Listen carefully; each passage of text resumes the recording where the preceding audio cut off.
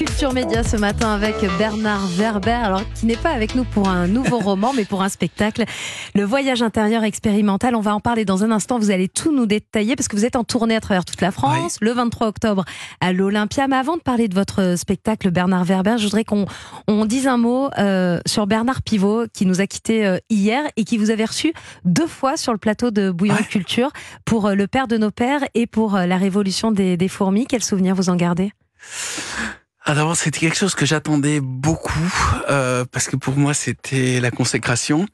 J'ai le souvenir surtout de la rencontre avec Jacques Perrin qui était sur scène pour parler de Microcosmos et Pivot. Ça n'a pas été l'émerveillement que j'entendais beaucoup. Ça n'a pas été l'émerveillement que j'attendais, en toute honnêteté. C'est Bernard Rapp qui m'a vraiment révélé en premier.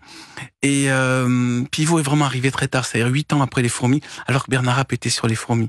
Donc pour moi, je me sens plutôt une allégeance par rapport à Bernard Rapp. Je suis désolé de vous dire ça. Il n'y a aucun problème, au contraire, justement, c'est intéressant de vous entendre dire ça aussi, parce qu'on a beaucoup entendu parler de Bernard Pivot, qu'il était passeur, etc. J'ai pas eu l'émerveillement, mais l'émerveillement, je l'ai avec Rapp, pas avec Pivot. Il est passé à côté de je crois qu'il m'a découvert. Il m'a découvert 8 ans après la sortie, donc c'est-à-dire il n'a pas été le lanceur. Il avait ce pouvoir-là, mais il ne l'a pas utilisé, en tout cas pour moi, alors que Bernard Rapp l'a utilisé. Et ben voilà. Et en même temps, vous rendez hommage à Bernard Rapp ce matin. Qui était vraiment un type extraordinaire. Et il m'avait dit avant l'émission Bernard Rapp, je vous retrouve alors, parler de Bernard Rapp, alors que vous me parlez de Pivot, il m'a dit j'ai tellement aimé votre livre que je l'ai lu 2 fois avant de faire l'émission. Et je me suis dit, vu qu'on est 5 invités, il a le temps de lire 2 fois le bouquin. C'est que vraiment il a beaucoup aimé. Et j'ai eu une éternelle reconnaissance à Rapp, désolé.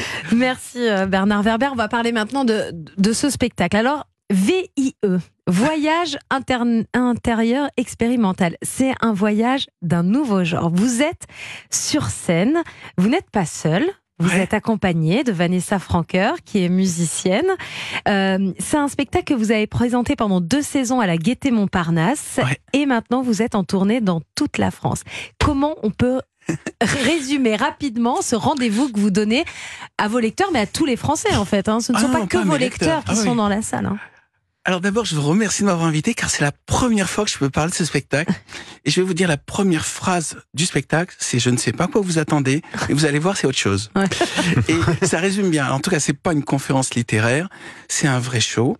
Et en fait, c'est ce qu'on appelle des méditations guidées, accompagnées à la harpe. Alors, il y a tout un visuel, il y a des projections d'images, et moi, je guide avec la voix. Je propose aux spectateurs de fermer les yeux et de visualiser des choses extraordinaires. Donc, c'est-à-dire que je vais utiliser l'imaginaire des spectateurs pour leur faire vivre des expériences intérieures.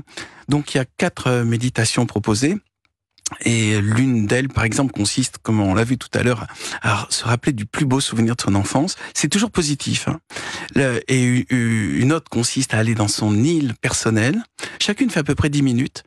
Et une autre consiste à revenir dans ses vies antérieures. Mais ça marche pas sur tout le monde. Et d'ailleurs, je le dis, ça marchera pas sur tout le monde. Mais en général, les gens qui viennent sont pris par l'ambiance et ça marche entre 70 et 80% de gens qui vivent un truc très très fort et très nouveau. Et ma grande difficulté, c'est de parler de cette chose, de ce spectacle, parce qu'il est tellement innovant, qu'il ressemble à rien de connu. Donc, est-ce que les gens sont capables de venir à quelque chose de complètement... Même si ça marche pas, on participe et au moins on se pose des questions. Il y a une expérience géniale, qui est une expérience que vous faites avec un citron, qui est imaginaire, ce citron. Mais alors, en le regardant, en participant au spectacle, même si on n'arrive pas à retourner dans ses souvenirs d'enfance, ça marche sur pas mal de personnes. Est-ce que vous pouvez expliquer à Joe, à Sacha, aux auditeurs d'Europe 1, cette expérience que vous faites avec le citron pendant le spectacle On en dévoile trop non, je me dis, est-ce que je vous propose de le faire en direct? Je me dis qu'il y a des gens qui doivent être au volant. Ah oui, mais pour fermer les yeux. Alors, les gens qui sont au volant, ne m'écoutez plus. Vous passez sur une autre chaîne. De toute façon, ça bouge, ça roule au pas ce matin. C'est très simple. Je montre que le fait de visualiser des choses agit sur le corps. Donc, si je vais vous le proposer, allez-y. 4, 3, 2, 1, fermez les yeux. Et maintenant, visualisez un citron. Visualisez que ce citron arrive dans votre main. Visualisez que vous coupez le citron en 2, que vous faites une rondelle. Visualisez que vous prenez cette rondelle et vous la pressez et toutes les pulpes éclatent, qu'il en coule un jus qui tombe dans un verre. Visualisez que ce verre approche de vos narines et vous sentez l'odeur piquante du citron, puis ce verre approche de vos lèvres et vous commencez à boire 4, 3, 2, 1, 0. Ouvrez les yeux. Est-ce que vous avez de la salive dans la bouche? Oui. Un peu, ouais. Oui. Alors, c'est un phénomène très simple qui est la suggestion, c'est-à-dire quand vous proposez à quelqu'un de visualiser un citron, d'ailleurs tous les auditeurs qui l'ont entendu peuvent faire la même expérience chez eux, le cerveau se dit, bon, on parle de citron, ça se peut qu'on boive du citron, dans le doute, on va mettre de la salive pour diluer l'acidité du citron. On Et tout, anticipe Je pense que l'acidité. voilà, ça marche pareil avec un cassoulet, par exemple.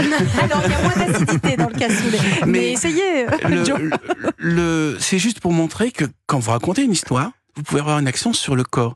Mais même quand on lit un livre, vous pouvez avoir des actions sur votre corps. Tout à l'heure, j'ai parlé du syndrome de Stendhal, c'est-à-dire où le temps s'arrête parce que vous voyez une œuvre d'art. Mais quand vous lisez un livre, vous riez, vous pleurez, vous vivez quelque chose. Et en fait, le lien entre ce spectacle et mon travail d'écrivain, c'est le travail de conteur. C'est-à-dire fermer les yeux, visualiser une histoire. Et ce travail de conteur, il remonte à la préhistoire, au moment où les premiers bardes, les premiers sorciers, les premiers druides se mettaient autour du feu et disaient « Je vais vous raconter l'histoire des ancêtres ».